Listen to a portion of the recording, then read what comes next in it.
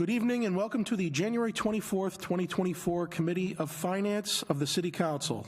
With us this evening, members President Zarella, myself, Councilor Di Natale, Councilor Boschman, and joining us are two new members of the committee, Councilors Walsh and Councilor Cruz. Councilor Cruz is actually returning to finance. He was here 2 years ago and took a hiatus, and now he's back where he belongs. So, please be advised that FATV is conducting an audio and video recording of this meeting for public broadcast. I ask that anyone in the audience, there's no one in the audience other than Ms. Murphy, who's going to be speaking before us. I ask that all electronic devices be placed into silent mode. Mine. No one in the audience is here to speak. No one on Zoom is here to speak other than Councilor Walsh, who is remote, and DPW Commissioner Nick Erickson, who will be speaking on some of these matters. Seeing no one that will speak or can speak because no one's here, we'll move on to our agenda. And we begin with 27623, an order that the City of Fitchburg hereby approves the expenditure of state earmark funds in the approximate amount of $200,000 in support of the production of market rate apartments at the Ivor Mills Housing Development Project on River Street. Director Murphy. Thank you, Chair Di Natale. I appreciate you letting me speak on this item. The market rate housing production, $200,000, is an earmark from Senator Cronin. And this is specifically for the market rate apartments. We intended to allocate it to Ivor Mills. At the time that this was written, that was our intended use for it. However, since that time, the Ivor Mills project is looking at potentially selling the property. It would be a friendly sale to somebody else who would develop it, but it may not be market rate housing, so I cannot say that it would specifically go to Ivor Mills, but it would go to market rate housing. We created a upper story housing incentive program for downtown to work with potential developers who would create units in our downtown area, and so we would use it for that instead of Ivor Mills. So I'm not sure, I know that kind of confuses the situation, but the intent of the earmark was for downtown, or for market rate housing production. In my letter, I had just said we intend to use it for Ivor Mills, but it wasn't allocated specifically for Ivor Mills. That's what I want to say there. Councilor Boschman. Question. Now you said, let me get this right, because I voted on the Ivor Mills when it first came in front of us. We're all excited. You're telling me that there's a good possibility if they sell out to somebody else, because what they did, I see that on Day Street, North Street and Day, the big project down there, they got it up for sale too, because I seen it on one of the websites. My question, when you say it may not make market rate housing, what kind of housing do they plan on putting there? It would be somewhat premature for me to speak on that because I haven't had a conversation with the potential developer, but my understanding is it might be mixed income and not 100% market rate as Ivor Mills was proposed to be. So it'd still be housing, it'd still be quality housing, I believe. It's a little too early to say. I just wanted to make it clear that this fund, the way it's written in the order, it looks like it's specifically to go to Ivor Mills, but that wasn't the intention. That was just who we had in the queue at the time. Not too happy about that, I can tell you that. All right, well, go ahead. Anybody got questions? President Zarella. Thank you. Just before we get deeper into this, I'd just like to make a motion to amend the petition to strike the phrase. Actually, first, let me ask a question. Will this still be earmarked for River Street or just for the downtown area? For market rate housing. Just so any market rate housing as your department sees fit? Presumably, our program is for the downtown area, but we would extend it to River Street, so it could still be River Street. All right. In that case, I would make a motion that we amend the petition by striking all verbiage after the word apartments. So moved. Okay, I have a motion made and seconded to amend to 7623 to strike everything after apartments. So we would be striking the part that says at the Ivor Mills Housing Development Project on River Street. Any discussion on the motion? If there are no objections, I will take this on unanimous consent. Seeing no objections, it is before us as amended. You already asked, are you all set? Mr. Murphy? I'm all set. I'm still in favor of it. Just My question, Ms. Murphy, is I always get asked by people, what does market rate mean?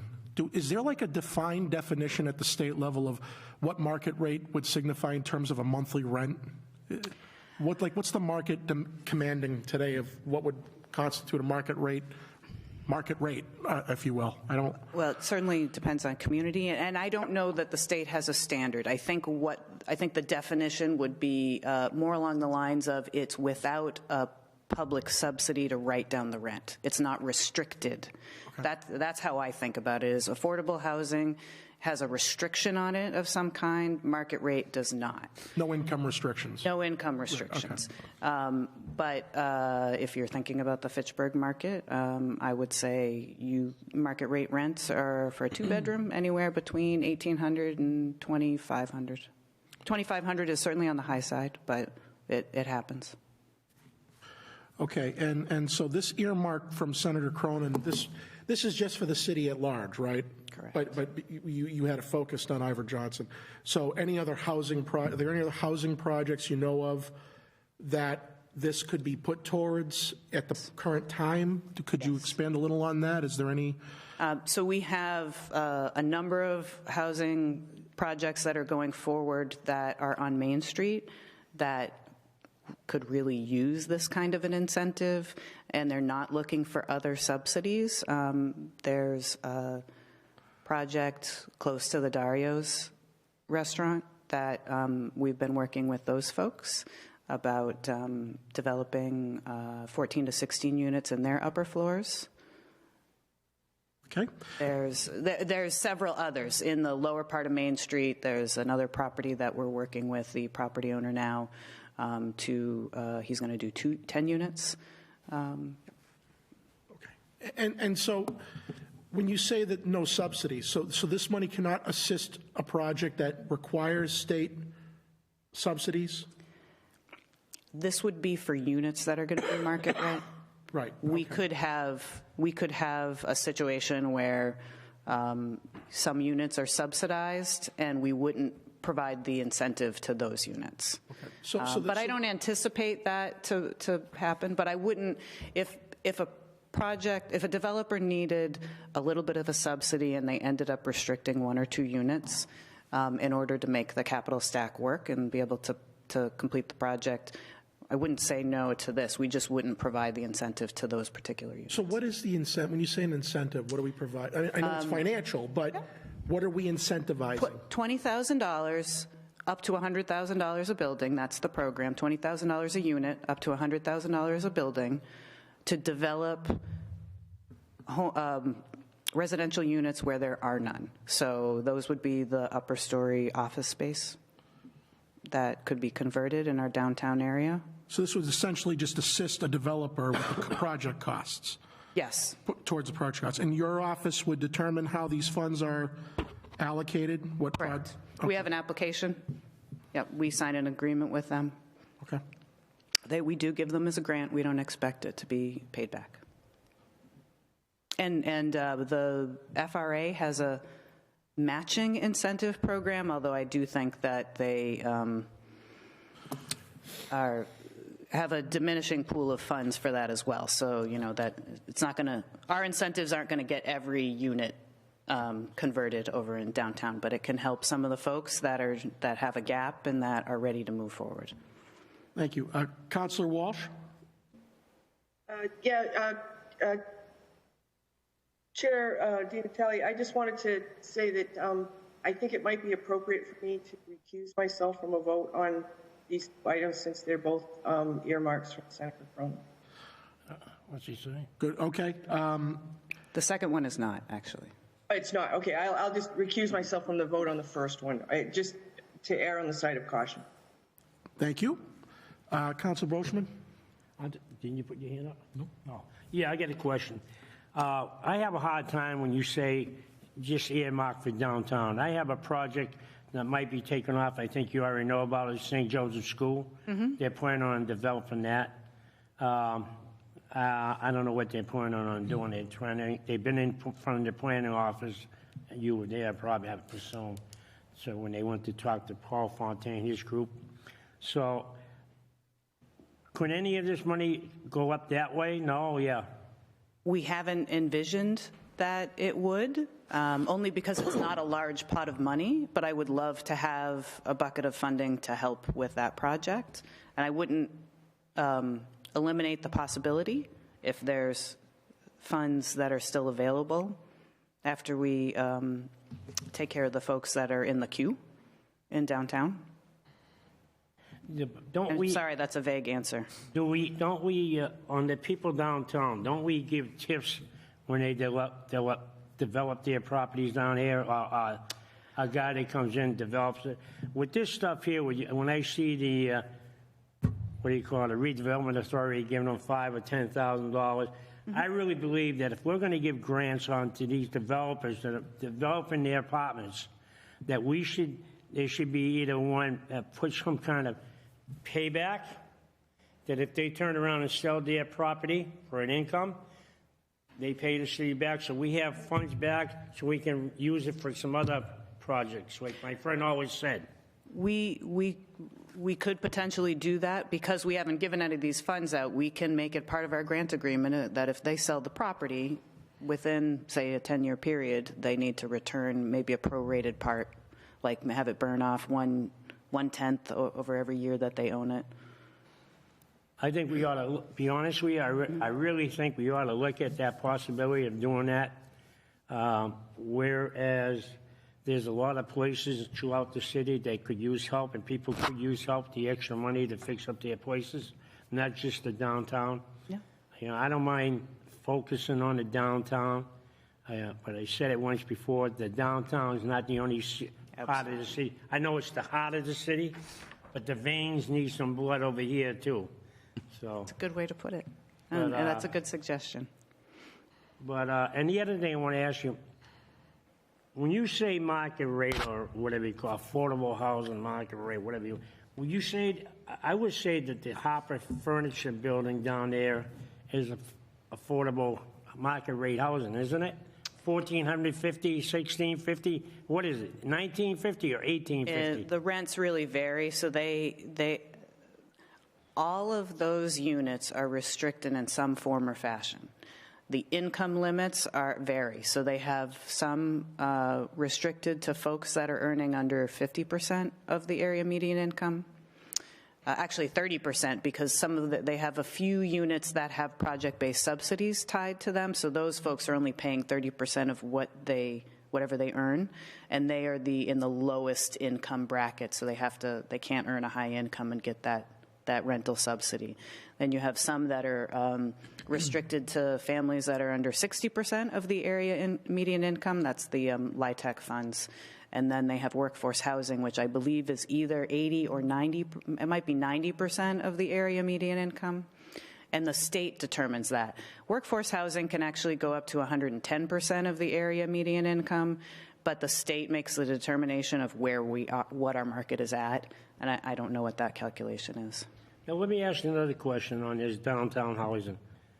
I thought Marla Healy and Governor Baker, because we're right down here, down the street, MBTA, is winning 1.5 miles, and they get all kinds of special grants for developing housing. Am I right or wrong on that, or am I reading the paper wrong? I thought there was all kinds of grants out there that if you within 1.5 miles of the radius of a MBTA that you can apply for, and that, as a matter of fact, if I'm not mistaken, Marla Healy wants to push for that now even more so. I think you might be talking about proposed funding in the housing bond bill, and that isn't passed yet. But there would be a lot more opportunity to develop housing and incentives to do so if the bond bill passes. There's a lot of programs, and there's a number of programs that are specific to gateways, to what are they calling it? I'm blanking on the term that they were using, but it's a sort of a new branding of workforce housing. And they certainly HDIP is an incentive. So there may be some funding out there that's specifically transit oriented, like with close to the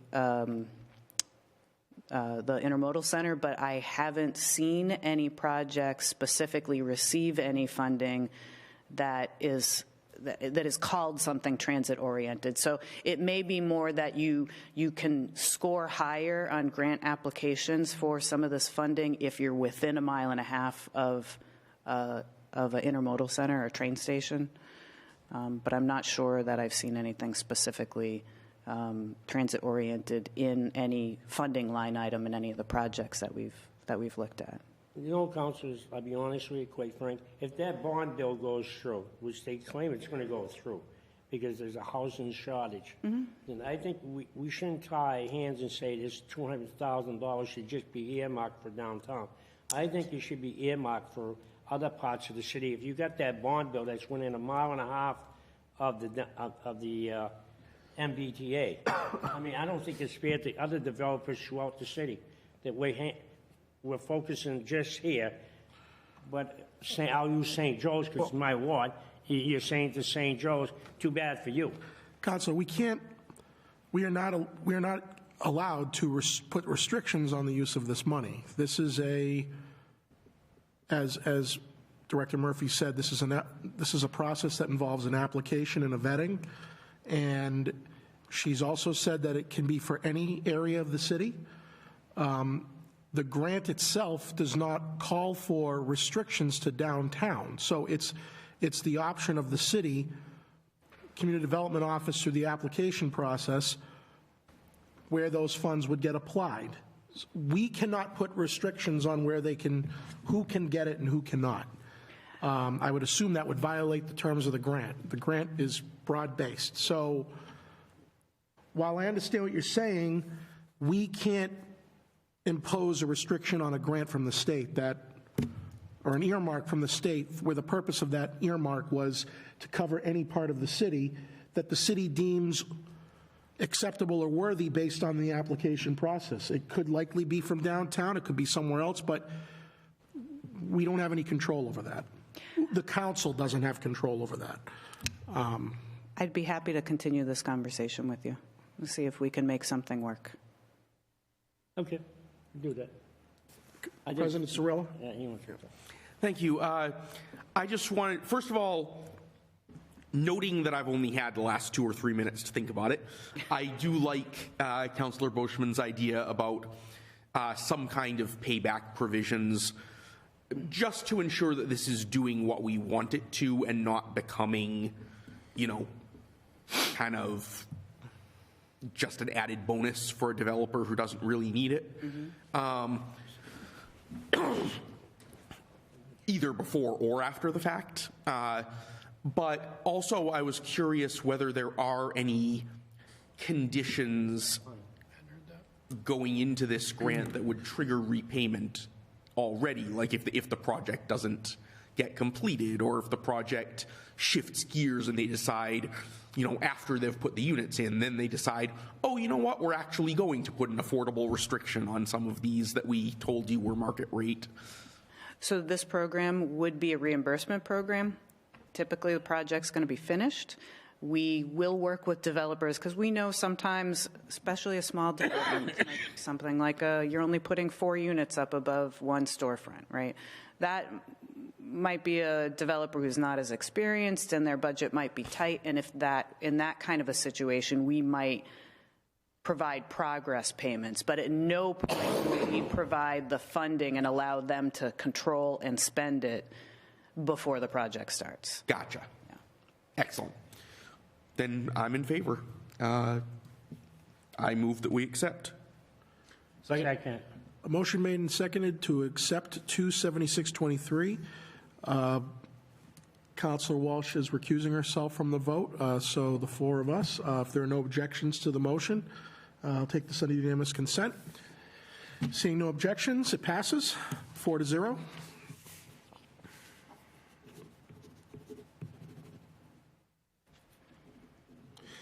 Next, 27723, order that the City of Fitchburg approves the expenditure of state earmark funds and the approximate amount of $150,000 to be added to the city's Main Street Housing and Incentive Program created last year in support of the production of market-rate housing in upper stories of Main Street buildings.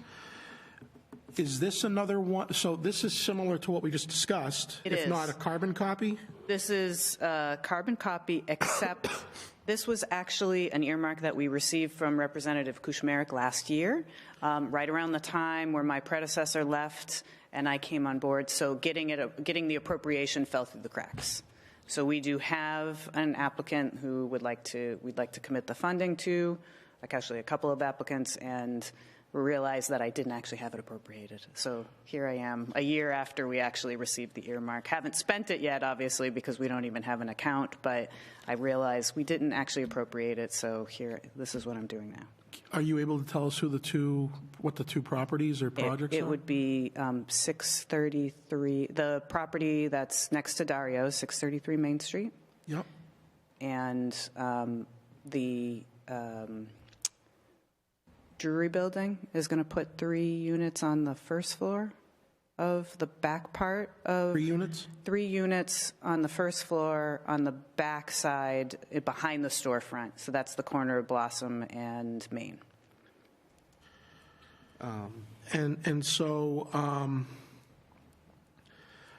So this was awarded last year. This is just more of a clerical getting Yes. it accepted. Yeah. Was this earmarked specifically for downtown, or was this like the previous one where it could have been for It's anywhere? the same, yeah. But we've already selected the 2 properties? I'd have to actually look at the wording Okay. of that because it's been a while since I've looked at that. So there could be language that does specifically say downtown in the earmark. Okay. President Zarella? Just in light of the properties that were specifically mentioned, I'd like to move to amend to delete the words upper stories of, since it appears that one of the projects will be on the ground level. Thank you for pointing that out. Do I have a second? Second. Motion made, seconded to amend 27723 to strike in upper stories of. Any objections? I got a question. Question on the He motion. wants to eliminate it, but we're going right next to Dario's, and that's upstairs. That's upper stories. But the other one is bottom. Yeah, I know the other one's bottom. So it's So striking the words, I'm sorry, Mr. Chair, may I? yes, please, go ahead. Yep. Striking the words in upper stories of won't make it so that we can't put it in upper stories. It will just mean that it's not restricted to upper stories. Okay. All right. I'll shake it. Do I have any objections to the motion to amend? Seeing none, it's before us as amended. Motion to accept? Second. Motion made. I see Do you have a Councilor Cruz. I'm willing question, to Councilor? withdraw. Okay. Do you- I'll withdraw my motion. Councilor Cruz. Thank you, Mr. Chair. So for the corner of Blossom and Main, that can be a tricky kind of intersection for traffic. We've seen some accidents there and stuff. What sort of development are they going to be doing? 1-bedroom apartments? Just one-bedroom apartments? Yeah. Okay. It's already been approved by planning board. Okay. All right, thank you. I yield the floor. I'll renew my motion. Wait a minute. Oh, One question. sir, sure. Councilor Moshman? And they are going to follow the rules that on the corner down there, Drury Building. If I recall right, watching it on TV, they're supposed to put the barrels away and everything else. And just this year, I had to make a phone call. So, I remember that. I remember that phone call. so I just want to make sure that they follow the rules. We will remind them of their responsibilities. Okay, thank you. I'll renew my motion. Second it. Motion made and seconded to approve 27723. There are no objections. It is passed, and I just wanted to thank State Senator Cronin and Representative Kuchmarek for their efforts in getting these earmarks to the city, $350,000 worth back to the city. Thank you both. We'll move on to 27823. Order that the City of Fitchburg hereby approves the expenditure of grant funds from the Executive Office of Housing and Livable Communities in the approximate amount of $100,000 for the purpose of conducting a study of the Water Street Gateway Corridor, specifically between the Water Street Bridge and the intersection of Bemis Road and Winoostock Road, to analyze and prioritize redevelopment opportunities and infrastructure needs. Director Murphy. Yes, so we received this planning grant, and we want to do some things outside of downtown. So this is our intention to try to start making some moves in some of the other neighborhoods in Fitchburg. We would love to be able to use this to get something like 25% designs for road and sidewalk construction, but I don't think that's nearly enough money to do that. So what we're going to do is we're going to look at that area, you know, right past the, where it becomes residential, so we don't really need to be looking too much at the Market Street, the Market Basket Plaza area, but just, I'm not sure what direction that is. East, thank you. East of that, to about where the Dollar Tree store is, we'd like to target that section. There's some really tough sections there.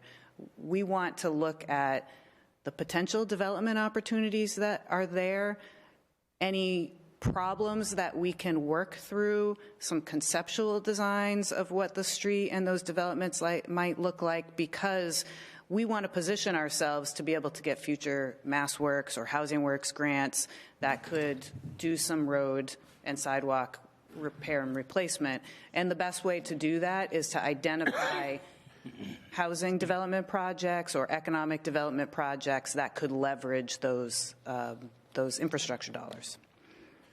So that corridor has been in the need of a facelift for quite a while, and we all know that already. So I'm glad to see this. My question to you is, when you say a study, what would that entail? What are we focused on from a study perspective? Is it available land? We would be using engineers and consultants, most likely. And it sounds like Nick may actually have something to add to that. So Commissioner? Thank you very much for allowing us to speak on this tonight. I just wanted to provide my support for this. And I think a study would include looking at the various infrastructure needs underground, as well as the various infrastructure needs above ground, like sidewalks, lighting, and the things that everyone sees.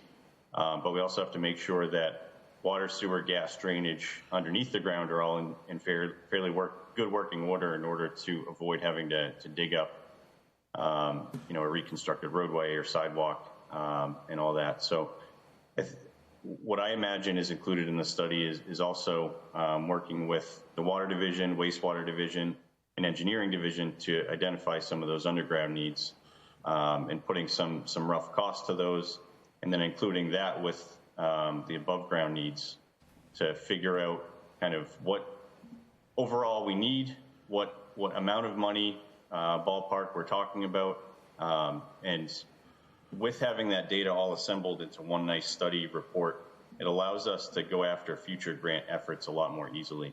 And it makes any future grant effort for that whole corridor a little bit more robust. So I think this is a step in the right direction towards seeing some action happen out there. So would this study be conducted by our own personnel, or are we going to have a third party? we would be looking at a third party that we work with quite a bit.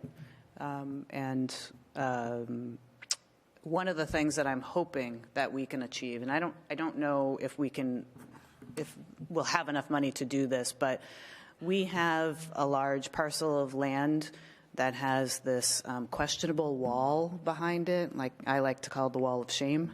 Yes. And nothing is happening there, I think, because nobody knows what that wall is like. So it would be a great benefit to get some engineers out there to take a look at that wall and tell us, is that structurally fine? What would be needed so that we can share that information with potential future developers who might be interested in that property. It's the wall right, it's the property right across from the flea market. The old strip crease. Yeah. Yes, the other side, yeah. The other side. I visit that place once in a while. Thank you. Okay, so Council Boschman. Yeah, I got a question. Yep. My question to the planning department is, do we have a plan that how to redevelop downtown? Remember, Marcus or Anthony, I think you were on the board. I don't know if you were on the board. No. But you were on. I was on the council, yeah. There was a house that we gave the kid a hard time because we didn't think they should have been building an apartments there because he had no parking. He had to buy a piece of land across the street. And we didn't want that because we had the vacant lot next door. I recall that And property. Yeah. we had a big argument to do because we had no plan. Nothing to say what our goals were down there. How are we going to redevelop a major gateway to the city of Fitchburg? And my second question to you, or to anybody in case I'm not here 5 years from now, is are we saying to Tiggs and Bond or whoever comes in, we want a roundabout here, and we don't care what the studies say, but we want that roundabout? Are we going to go with them, Tiggs and Bond? I use Tiggs and Bond because they put up the one there. Are we going to go and say to them, well, what's the best route and what's the best possible thing we should be doing? Because some of the things that we have done, I'm not an engineer. I think it's a piss poor design. Piss poor design. I keep on going back down to Boulder Drive. I think that's the biggest mistake we ever made, or all that money that we spent. But that's just me. And I was told they did what they were told because they were getting paid by us. I am going to answer the second question first. Go ahead. The roundabout. I can't imagine where a roundabout would go there. I'm just using that roundabout. No, I just shot that in. Are we going to, when we get engineers in, do we say to them, what do you think is going to be the best plan there is to redevelop this section of town? That's what I want to know. I think That's generally the way it works. Is we say, look at this corridor, look at all the systems that are in place. I mean, they're probably starting with assessing the existing conditions and then looking at different concepts, and then we move forward with the different concepts. I'm sure it's a collaborative effort between the city's engineers and Public Works and this third party. I would like to think that our DPW has involvement in this. Absolutely. Correct, Commissioner? I mean, so Counselor, when you say that it was not done right, or it doesn't work, or it doesn't, I don't think it's a third party coming in and telling us, here's how it should be, and we say no. I think it's more detailed than that. I believe our side, our city advocates are not so much pushing back, but there's a discussion and there's a process. And while some may not like what the final output was, there are reasons, I'm sure, why the output is the way it is. Whether it's cost-based or it's a whole bunch of reasons. As you said, you're not an engineer, neither am I. I don't think anyone here is. So I don't know anything about it. So I will defer to the chief engineer of the city. Mr. Erickson, is that correct that for things like this, you guys are not just farming it out to a third party and wiping your hands of it? You guys are heavily involved in that whole study and future items, I would assume, correct? That is correct. I'd say especially now more than ever, there's a strong amount of collaboration between DPW, community development, and whatever third-party contractor, usually an engineering consultant that we hire to develop these plans and concepts, et cetera. And I imagine at various stages, like Liz described, there'd be concepts presented, discussed amongst city departments and staff, and then the city ultimately drives that ship and says, we'd like to go ahead with this concept or this concept. And I think the purpose of developing a plan like this is to make sure that all of the stakeholders are engaged and all of their input is heard, and they're all given an opportunity to contribute to this type of plan. So from the DPW's perspective, we've got to make the consultant aware of what infrastructure we have underground, water, sewer, drain. We've got to bring in Unitil to talk about gas and electric, and help that help the contractor address DPW's needs there, identify and address those needs there. Liz Murphy and Community Development are looking at it from a slightly different angle, and there's different priorities that they have and things that they'd like to see, and they also focus more on development of private property versus city right-of-way and city infrastructure. So, they'll come at it and contribute to that plan from those angles. So I very much see this as a collaborative effort.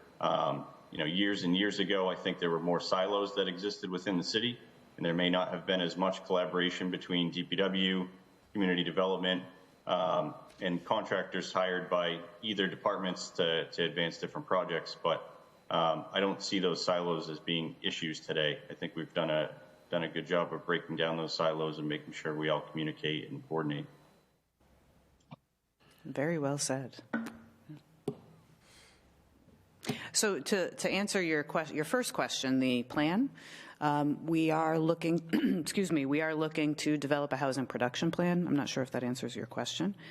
You were talking specifically about challenges around a building that didn't have parking, and we don't really have a parking plan. It is something that we could consider developing in the future if it might make some sense to do that. Sometimes the lack of parking is a barrier for some of these properties to be reinstated, and that's most of the properties that are sitting vacant have some challenge around either parking or just the deteriorated state and the numbers don't work to renovate. But a lot of them are parking related challenges. All right. Excuse me, yep. No, I understand. I just want to make sure that the board, us guys, if we're doing something over here, because we get all this land, but in one, you know what I'm talking about, councilors, you get a piece of land over here. This piece of land really should never got it. The kid should never really got that. And he developed it anyway. He was told not to by the building commissioner, but he developed it, and we all want to feel good about one another, so we helped him along. And now you get a big vacant lot that we can't do nothing about. It would have been even better because we could have got the whole corner lot. Really, to be quite frankly, on First Street, we could have had that whole corner lot. And we blew it. Are you talking about demolishing that building? That was on. Were you talking about demolishing that building? Is that what you mean? Yeah, I was talking about, we had the vacant lot, we had the house next to it was vacant. Counselor, just to be clear, you're talking about a section of the corridor that this does not pertain to. No, it does pertain to it, because right after the bridge. It would be the No, beginning of no, it would be the beginning. the Fifth Street Bridge? Sorry, no, the Water Street Bridge. Water Street Bridge. Okay, my apologies. I'm sorry. You just I'm ready to shut me off, that's what you. No, I keep thinking of Water Street and Fifth Street being the same, but I do recall that instance where that gentleman needed our help, and we being compassionate individuals that wanted to see this gentleman succeed, because if he succeeded, the area would succeed. We allowed him to proceed. But again, like many issues we face as a council, it's not black and white. It's not crystal clear. There are budding property owners that were in play on this. The gentleman knew the risks going in. We warned him of those risks. He wanted to go forward anyway. It didn't work out.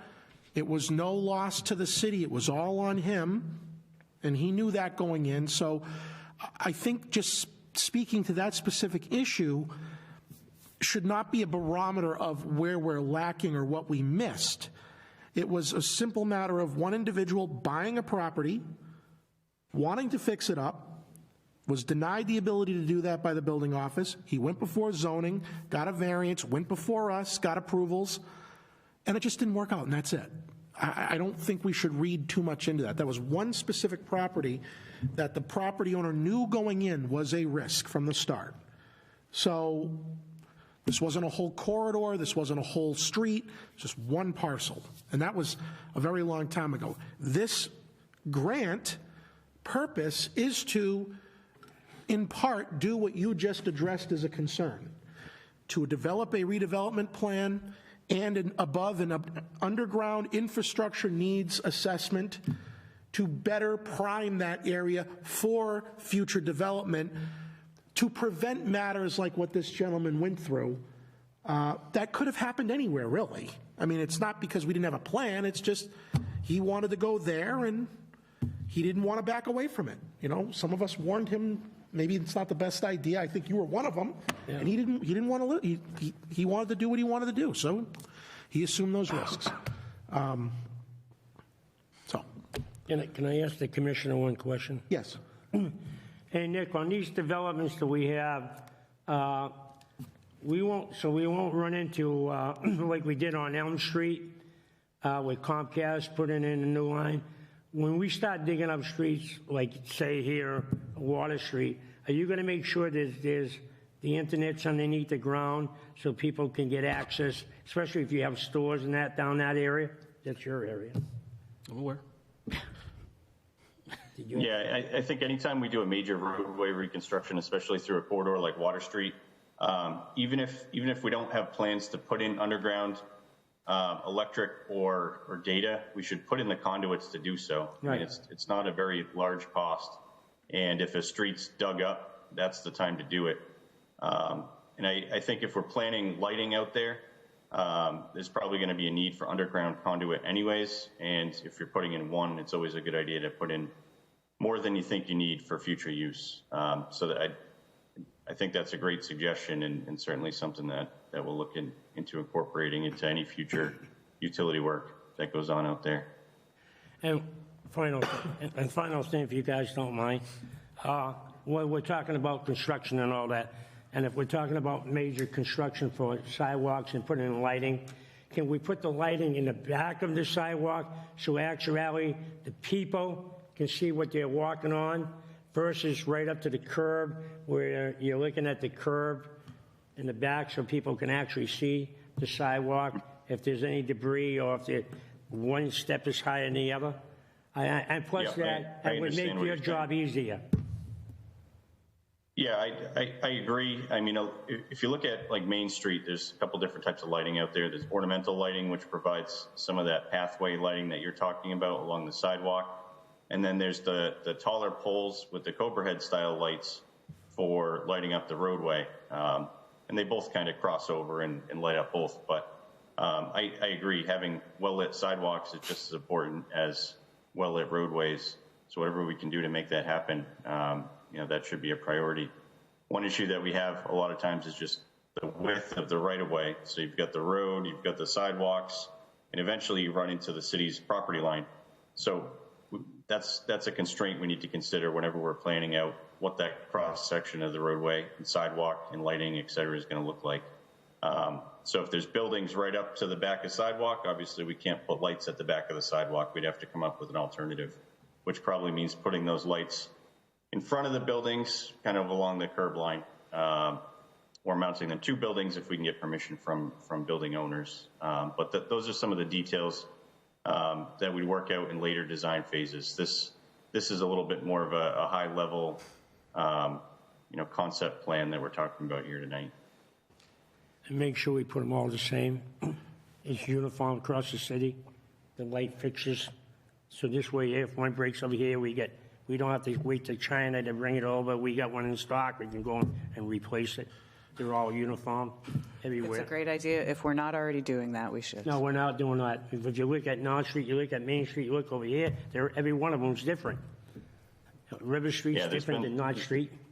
There's been challenges over the years trying to get the city to standardize on a certain type of lighting, especially when it comes to the ornamental lights. So we've got Acorn-style ornamental lights downtown.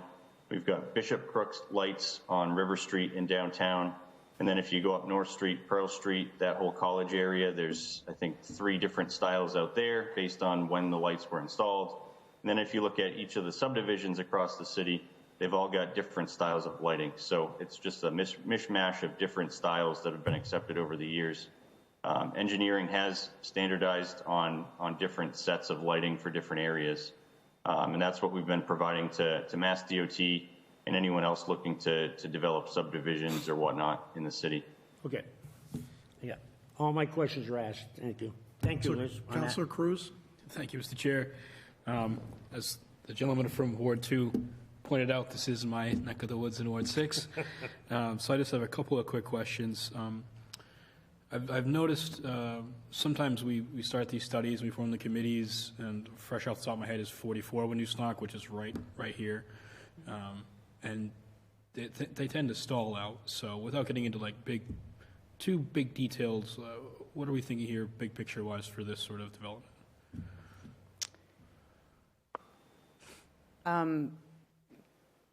So I guess I'm not quite sure exactly what you're asking. Are you asking what kind of vision we have for the types of development that might What are we end up hoping there? to accomplish with this study? What would we like Oh, to see? we are hoping to move the needle to get us closer to be able to finance a complete street and sidewalk replacement and encourage development, both residential and commercial development at the same time. So that's the objective. Personally, there's a section of Water Street in front of the adult daycare center that just like I just cringe when I drive by it, and I want to make sure that we make that look good again, because I feel like that is almost the worst part of that street. But, it really is the whole street. So we want a comprehensive redevelopment of the streets, the sidewalks. The sidewalks are in awful shape. The streets are in awful shape. We know that. Yeah. But if we're going to do that, we need to do it right. Like Nick said, we need to be looking at all of the underground infrastructure. And then an element of that is looking at those development projects that we can leverage to get this funding. So we're just trying to take the steps that we can as we can capitalize on the resources that we have. So like this isn't nearly the same amount of money as the MassWorks grant that we're getting for pre-design of Moran Square, but it at least gets us a little bit further. We'll be in a better position to apply for future funding. It would be great if we can get to a place where we have 25% designs, and then we can get on the state tip to really get the whole thing paved. But we'll try to access whatever funding we can to do it in pieces if we have to. Whatever makes the most sense, and we'll do that collaboratively. I'm also wondering if there's some way to tie this into the phase 2 of the rail trail. Is that what it is? Because this is kind of that neck of the woods right there. If there's funds to be dipped into there as well. Well, we certainly want to make connections where we can to the rail trail that's running alongside Route 12.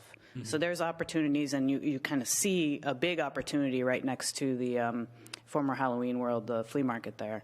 But the phase 2 will probably complete, I think, before we would get to a construction place with this. Okay. Now, if we could leverage, maybe we could leverage that that multimodal path in any grant application for funding for the street and the sidewalk improvements. And there's certainly a lot of funding out there to go green that we could kind of tap into if that's a possibility. I wish we could figure out a way to go greener with asphalt. Yeah. Maybe we could find a less expensive way to Thank you pave very much. I yield roads. the floor. Paint the asphalt green. There you go. Oh, see? Yeah. Hey, that could be an attraction if we do that. Yeah. There's probably reasons we can't. Yeah, you can- I make a motion to approve.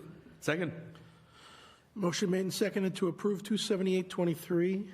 If there are no objections, it is approved. Final item on the agenda, 27923, order. That's what the mic's for. The City of Fitchburg hereby approves the expenditure of grant funds from the Executive Office of Economic Development MassWorks Program in the approximate amount of $450,000 for the creation of engineering designs, including underground utilities for the reconfiguration of Moran Square.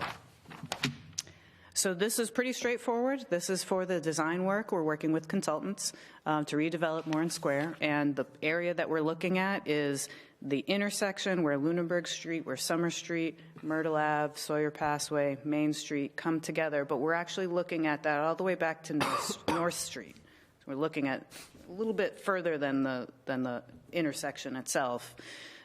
We'll be working with consultants to develop the plan with DPW, and I believe there's actually another bucket of funding that was a previous year earmark that's related to flood mitigation that we will use in conjunction with this. So when the consultants do their work, they'll be looking at improvements related to flood mitigation.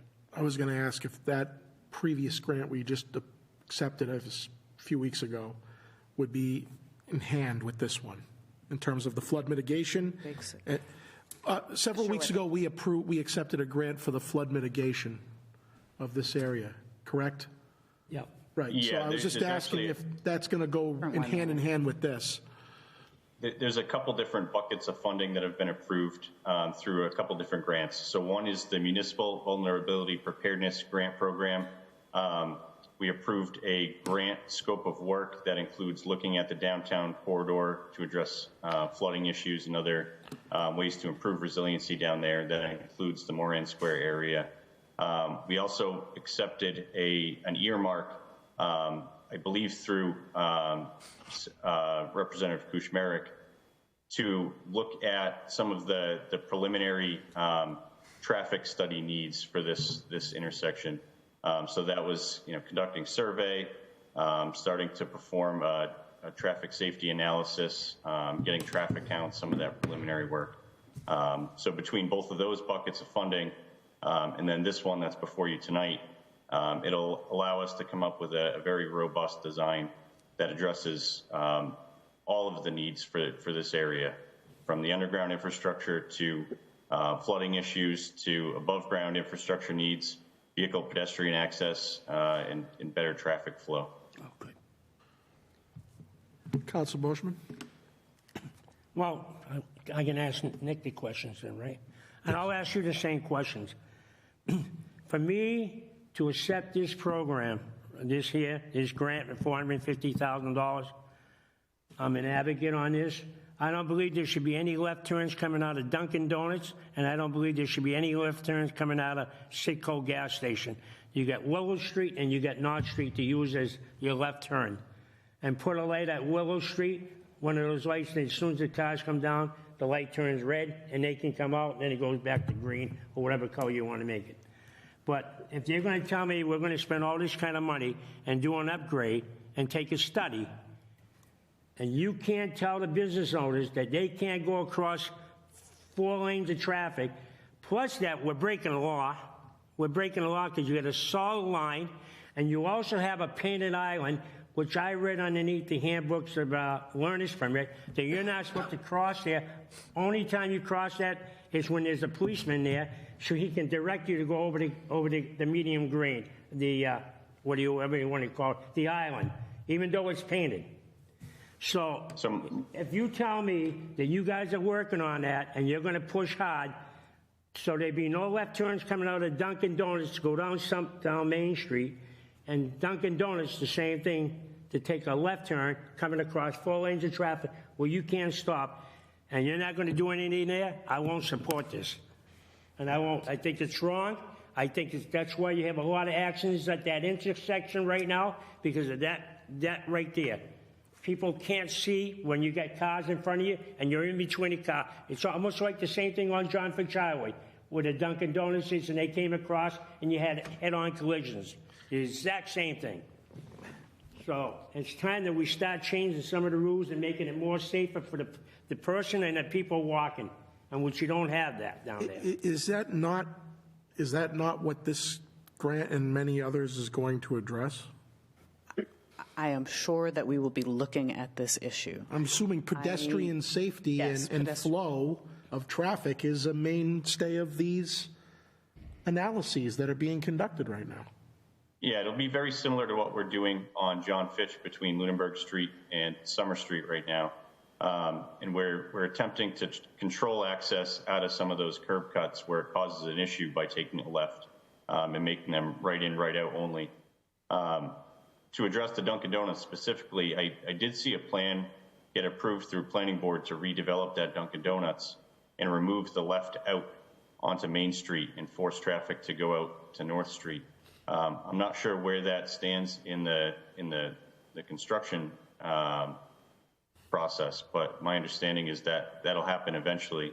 And then as we're studying that corridor through there, the engineers will use traffic data to come up with a traffic flow that works a lot better than what's there. So they'll be taking a look at all the different intersections, signals, how things work now, how things could be improved. And I imagine one of their suggestions will almost definitely be to limit lefts out of Montori's as well as Dunkin' Donuts. So it'll be a right in, right out configuration, pushing all the traffic to the two side streets, North and Willow. One second, Council. So, President Zarella? God bless you. Thank you, excuse me. Yeah, I just wanted to note that since what we're being asked to approve here is funding for engineering design work, it's premature for us, especially as discussed previously this evening, we who are not engineers, to be discussing what specific design elements we think ought to be included. I think we need to let the engineers do their study, do their design, and tell us this is what makes sense. And then if they come back to us with a plan that they say makes sense, and for whatever reason, we, being familiar with the area, look at it and go, that doesn't make sense to me, that's when we can discuss that. But we have to let them do the actual data-driven study first and see what they come up with. Because they'll be taking traffic into account, they'll be taking, you know, I'm sure all sorts of things, turn radiuses and sight lines, and those are all things that they're trained for. So I wouldn't, not that it's really before us in the petition anyway, but I wouldn't support putting any preemptive restrictions on what this design will look like. But when it comes back to us, we'll be free to scrutinize it and see if we like what we see. I would just add to that I think one of the concerns that I've experienced over the years I've been here is to substantiate the concerns of Councilor Boschman on these things is when these grants are awarded and it goes through their planning phases and their analyses, and then we get a finished product. Then the next phase is another grant acceptance, basically, because that's what the whole reason is for these kinds of grants, is to get our foot in the door with the state, do the design work, do the analysis, and then we can say to the state in the next phase, hey, look what we've done. You guys have already given us $500,000 of our own money. Where's the next round? You know, because again, I see these grants as the state going, we like what you've got working over here, so here's the first tranche. Now come back to us for the next once you finish this. What I'm kind of trying to say is I feel like this is the first part of many, like John Fitch, where once we get our foot in the door with these things, I feel like the state would be foolish to say, well, we're just going to pull the rug from under you after we've already given you $500,000 to look at this, even more when you add all the other grants in. I'm sure all the grants total up to almost $1 million. So, I mean, once they start investing like this, I don't really know the purpose of why they would not continue once we do what they wanted in the first phase of the grant. So in order to get that work done, that costs a substantial amount of money. We need the state's support, obviously. So this is the process we have to go through. But for the counselor to my left who has these specific concerns and wants these things addressed, I think where he's coming from, and not to speak for him, but I know from prior experience with him and these other discussions, once the grant is done and we have the finished product, it then comes before us for the next round, and typically we were told that, well, the design's final. State's already approved it. The next grant is to implement that design. So while the council has authority over accepting these grants, we don't really have much authority over how these outputs are arrived at, nor do I feel like we should, because we're not engineers. We don't know anywhere near the level of expertise that these professionals have. So it's kind of a difficult subject because on the one hand, we don't know the nitty-gritty of how this stuff works, but we do know what we want to see. But once everything is finished, we really can't go back and make changes.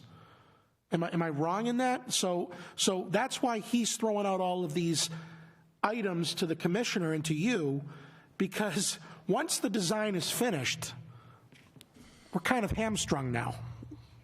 So if the council doesn't like what the design says, we normally don't have any authority or leeway to go, no, we want to see something different because that costs, and the state's not going to give us more of this.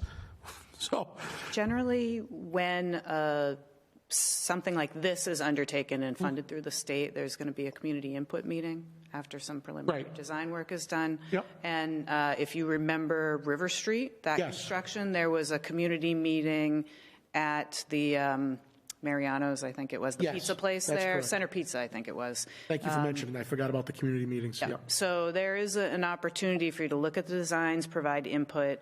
Once the designs are final and the money is spent, then if we wanted to make changes, we would need to find more money to make those changes.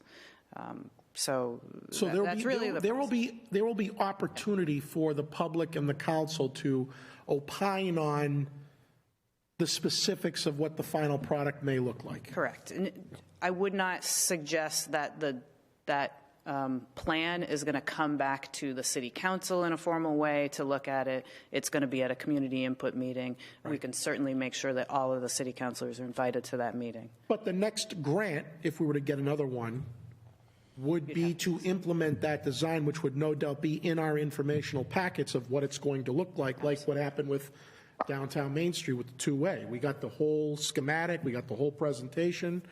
That was, of course, after the community input, but I'm saying before we accept that next grant, we look at the whole package, but I guess by that point, we have to accept what we've already come up with. We're a little too late to the game at that point. And we could present the final product to city council if city council chose to request that. You know, we could do that just as an informal way of I think presenting that design when it's complete. I believe that would be prudent on the city's part. Before we submit these final plans to the state for its approval or its blessing, it would be helpful, can't hurt to have a review of it before it gets sent out. Not to say that anything will change, it likely won't, but that little added bit of transparency, maybe, I don't see how it can hurt. So, Councilor. I would suggest bringing it to City Council right after the conceptual design phase so that there's more opportunity to actually incorporate feedback if needed. You know, if we get to a certain point in the design and then, you know, there's feedback that necessitates a huge design change, that's more time and money that we could potentially avoid if we just communicate early and often with projects. And you know, I'm happy to also work this into Public Works Committee if that's a better forum for something like this. I believe it is, and I also would also say on that yes, I think you, Commissioner, would be the best person to assess at what point throughout the process we can be brought in to review, understanding that there becomes a point in the process where we really can't go back without reopening the money pit. So right, exactly. So obviously, I would believe from where I sit, you would be the arbiter of when that would take place. Okay. And so, yes, but President Zarella? I was just going to say, I agree. I think it would be great if we could get a look in on it before it's too late to change. It may be, even if at some point, you know, we get to look at the conceptual, you know, I agree. I think that's probably maybe the better point to look at it so that it's not so expensive to make changes. But even if, hypothetically, we were to get a look at it at the point where it would cost money to make changes, but before we've actually submitted the grant application and sort of locked it in with the state, then we could decide. We could say, you know, okay, here's about how much money it would cost to make this change. Is it worth it? Whereas once we've already got the grant approval from the state, then we're looking at it like, well, if we say no now, we're throwing this money away. So, you know, it kind of it backs us into a corner. I would love to see at whatever phase your two departments and, of course, the mayor's office find appropriate. I would love to see in all our projects kind of a report to the council on what we're looking at, before it becomes really too late to make any changes. I would suggest that we use the design for the intersection improvements at John Fitch, North Street, and Pearl Hill as kind of a test case for this. We don't necessarily have construction funding for that project, but right now we're at the stage where we've had an engineering consultant assemble 5 different concepts for us. And we're right at that stage where, we need feedback now, and once we go beyond this stage, then we're kind of past the point of no return without incurring some costs. And it's a relatively minor project in the grand scheme of things when we're comparing it to, a large section of John Fitch or Water Street or Main Street. But it could be a good test run, and then we can kind of refine the process based on how that plays out. Sounds perfect to me. Okay. Just to give you a sense of the timing on this, the applications are due for MassWorks grants the very beginning of June each year, unless they change the schedule. So we aren't going to be applying for construction grants this June, but with everything goes well, we'll be applying in June of 2025, and then looking to probably get into construction in spring, summer of 2026, if that we can make that work with the DPW schedule. So, there's a lot of factors that go into the timing of all this, but that would be our hope. So none of these grants are impacted by the current governor's 9C cuts, right? These are before that point? We are very fortunate that the earmark, because 9C cuts did impact earmarks. Right. They did not impact these. Okay. They did impact earmarks in other communities, and unfortunately the FRA had an earmark that got severely cut, not eliminated. None of the earmarks, as far as I could tell, were eliminated. So we're lucky. Okay. We're safe for now. Okay. Council Bushman? Councilor to my right, Councilor Zola. I just want to say, I understand what you're absolutely saying, and I don't want you to think because I said what I said. The reason why I say what I said, and we did get plans for Boulder Drive, but what we got was a bunch of papers, prints, which were very hard. I can read a print, but I goofed up because when I looked at Boulder Drive, I thought we were going to take, they were going to come. I'm using Boulder Drive, if you don't mind, if I use that for giving an example. I thought it was coming up that way, the same way.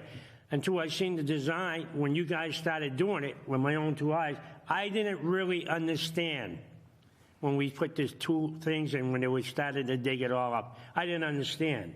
But it was too far the same thing anyway, because you already had your minds made up. Instead of having at the lights people coming out of North Street to take a right there at the lights to go up Boulder Drive, you figured take a right, get in the left lane, and if there's no traffic coming down Main Street, which is stopping traffic, you can take your left. So the people behind them are stuck. So I would have a guy like me, I'll use me for an example because you can't be racial. I would have to really see a good design where you had like coloring in, where you see different things that way, not just a big plank of paper to say, here's all the lines, and you got the plans right here.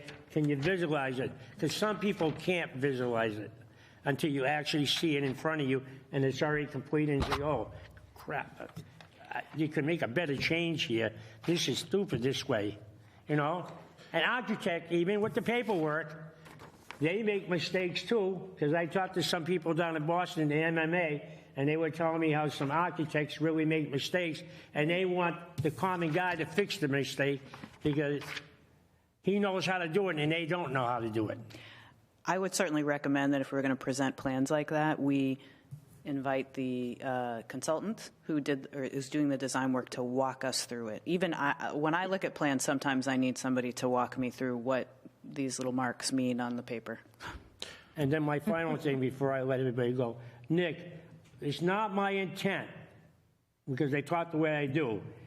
The only thing I would like to see are the Dunkin' Donuts and the Citgo gas station is the right turn coming out, they're going across the 4-lane. I don't want to stop people from going down Main Street to take a left turn and go into Dunkin' Donuts and get their coffee. But if they want to head back down to Main Street, they should come out on North Street. And if you want to stop and get your gas, you come out on Willow Street. That's the only thing. I don't want to stop them from taking a left turn that way.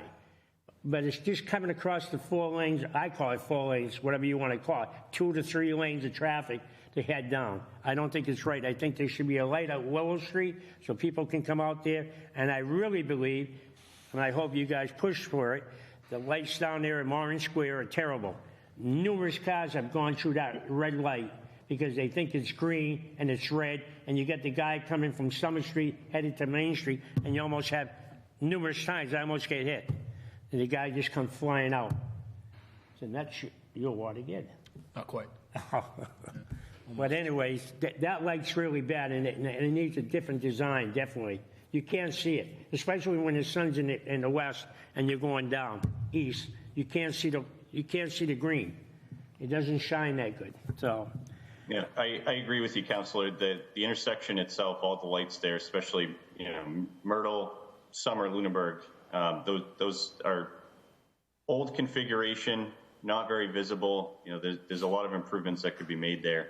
And I think if we ever hope to have a signal at Willow Street, essentially they'll do a warrant analysis on the intersection to figure out if that intersection meets the warrants for a traffic signal.